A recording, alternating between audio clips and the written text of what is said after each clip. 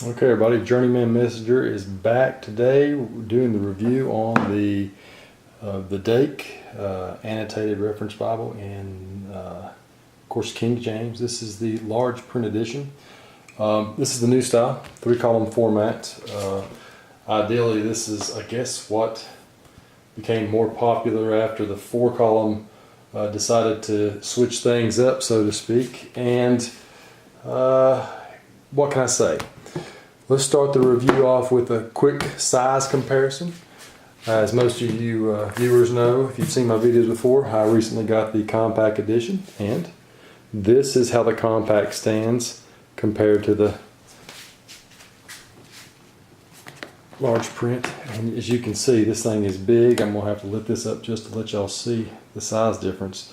And then from here, turn to the side, spine wise, both of them have the gold colored wording or pressing for the Dake's Annotated Reference Bible, and this one just identifies itself as the compact edition. And then in comparison, on top of that, I'll go ahead and bring in the original Dake. This is my 4-column edition, and you'll see that once again you have got a lot bigger. You've probably got 1.25 inches on the side here, wider, and probably only about a 1/2 inch difference here. Now the thickness is just incredibly massive. It's basically the original Dake is about half the thickness of this large print edition. So back to things at hand here. See if I can set the camera back right. First thing I want to say when I first opened this up was the cover felt extremely, I don't want to say flimsy, but it was real, just, I don't know, it's almost like a genuine leather feel. All this is bonded leather, but it's very thin. It's just real thin, paste down liner, got a vinyl inset page here. And then you start some cardstock pages on the front, and they're also in the back. You basically got 8 pages, and then it goes to the standard opening of the Dake's Bible here. When you look at this, it just tells you Annotated Reference Bible, and over here, if I can get it to come in, this one was the 16th printing of May of 2017, large print edition, and this stuff's always in the opening of each Dake. And we go here to the preface, and it talks about the different symbols that you'll encounter as you're reading. You got the star for prophecy. Let's see here. You got the triangle for promise, circles for command, the square for message from God. And with that, you will find that through each verse used predominantly. And we can start off right here, opening up the Genesis, and let you see. I mean, right off the bat, you'll see here. We got the coding right off. This will stay in focus for us here. It's just a magnificent tool. Once you get used to the way this is laid out, you will absolutely come to love reading through it. Now, this is not like the original Dake. Like I said earlier, this is going to be a 3-column setting, 2 columns. Most of the time it's going to be about 1/2 a page, sometimes 3/4 of a page, and then you got 1 full column and 2 smaller columns that are going to be your reference notes or your documentation from Finis Dake and his studies. And believe me, when I say this is a reference Bible, this is for those of y'all who are not familiar with a Dake Bible. This has probably got the most information I've ever seen in any kind of given Bible. This commentary is incredible. It's just word after word, verse after verse. It's just amazing. This Bible has so much stuff to give. It's just wow. Wow is really about all you can say about it. It's just so much stuff, so much great information. I'm going to kind of skip to the end of Genesis here. As it ends here, you'll see how it goes out. Well, at the very back of this, it's got a summary of Genesis, and I want to try to zoom in on this a little bit better for you so you can just kind of see how it plays out. It tells you a date and place, tells you who the author was, which we all know, that is Moses. And then it just goes through these 16 proofs.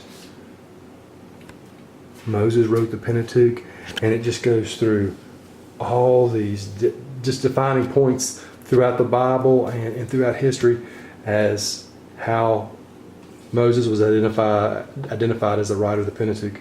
And it's just a small sample of what happens, or what, you know, some of this commentary in this Bible. And as I've said in my other Dake review, these Bibles are just incredible. And if you're a fan of the King James, or if you're a King James only, I assure you, if you're King James only, this needs to be in your library. If you're open to other translations, this needs to be in your library. This is a great go-to for references.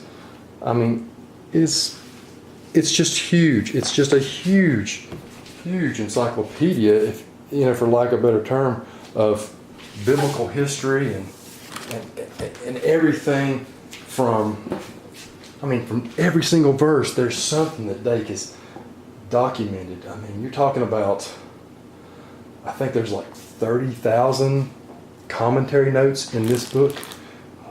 It's just amazing. You're going to find super duper cross references.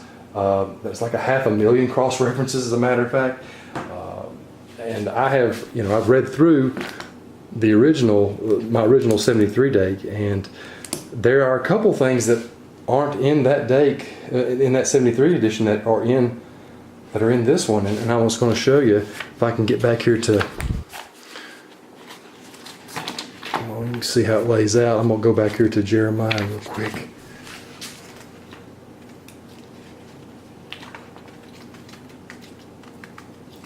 I mean, it's just amazing. Now, I believe this is where I found a couple of differences that the large print had that the original one didn't have. Well, give me just a moment here while I pull this up in the. There we go, Jeremiah.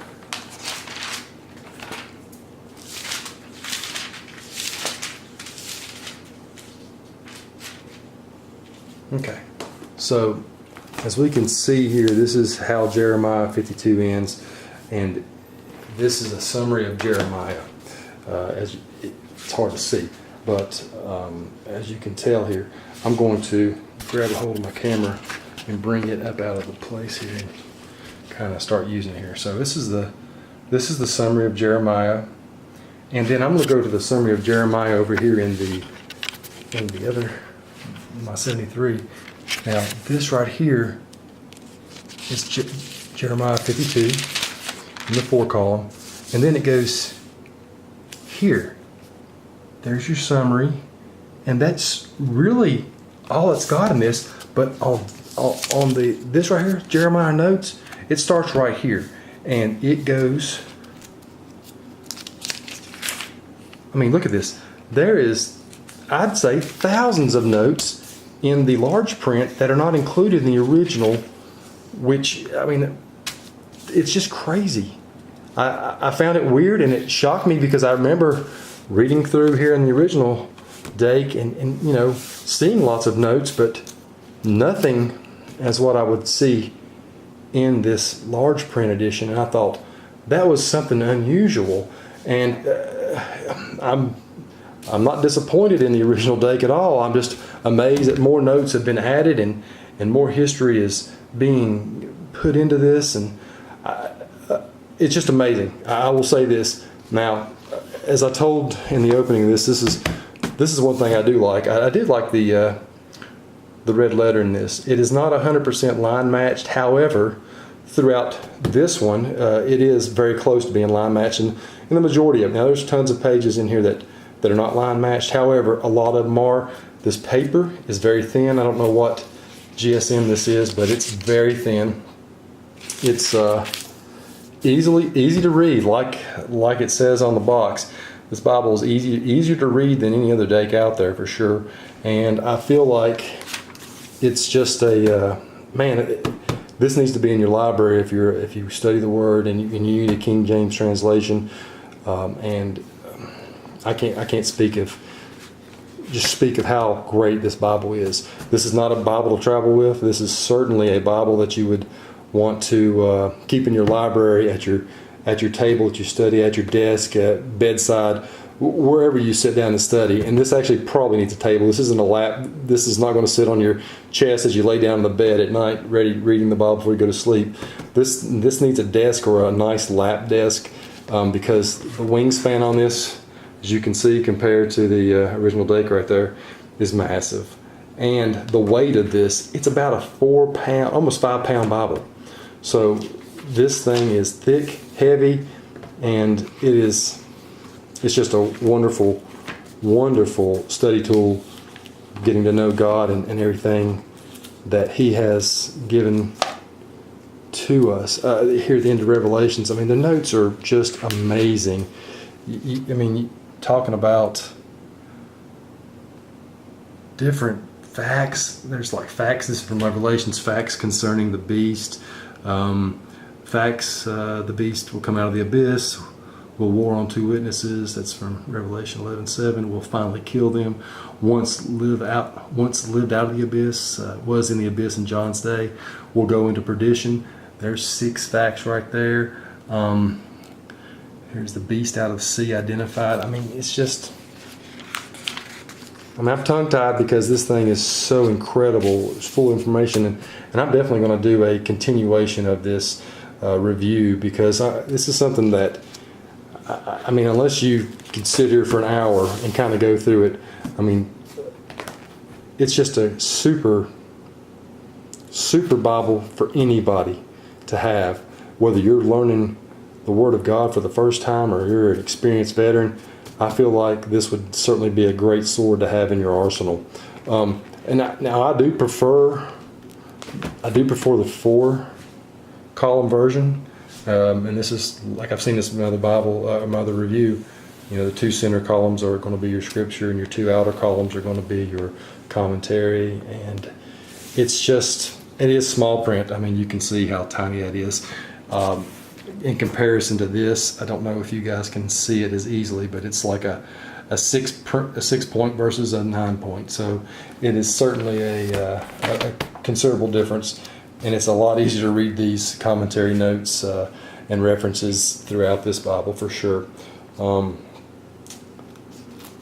ahead and close this out. Now this is not the new version of the 3-column. This is because the newer versions look like they have color in the back. So this is just like all the older styles of the Dakes that have the Plan of the Ages, and all this stuff is actually still in black and white. Whereas if you get a new version of the Dake in that leather soft that you can see on Christian Book, or even there's a couple reviews on YouTube for it, this is all in color now. And I'm sure it looks fantastic, and it's certainly something that's on my radar. But it's just a plethora of information. And closing the Bible out here, you guys can see there's more of these cardstock pages in the back. I believe this has 6, maybe 6 in the back. Let's see here. It may only be 4. Nope, it looks like it's 6 in the back. 7, 8. So you have 8 front and back. You got 4 pages.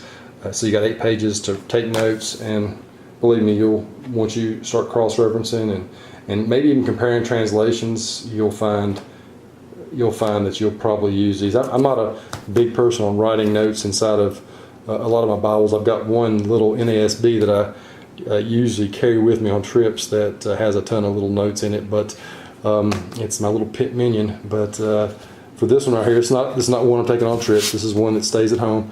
Of course, like I said, it's just a fantastic sword in my arsenal, and I am very grateful to have this. Of course, I've got still coming up, I'm going to have to do a full review on this compact, which, since I've got this thing has not left my side. It has been with me to every trip to church, basically every trip I've taken since I've picked this up anywhere I've gone. This has been with me for the ride. This is almost the perfect size to carry around. And like I said, I do have to wear glasses nowadays, but the print in this is pretty small. Not quite as small as the other in the original Dake 4-column, but still nonetheless, it's a still small print. Readable, yes. Will you enjoy it? If you got great eyes, yes. But I'll do that. I'll do that another time, guys. I want to thank you for watching. Any questions? Feel free to comment below. Appreciate all you guys, all the support you provide me, and the questions you ask. I try to answer them as fast as I can. And this is me checking out for the day. Journeyman Messenger. God bless. Thanks for watching.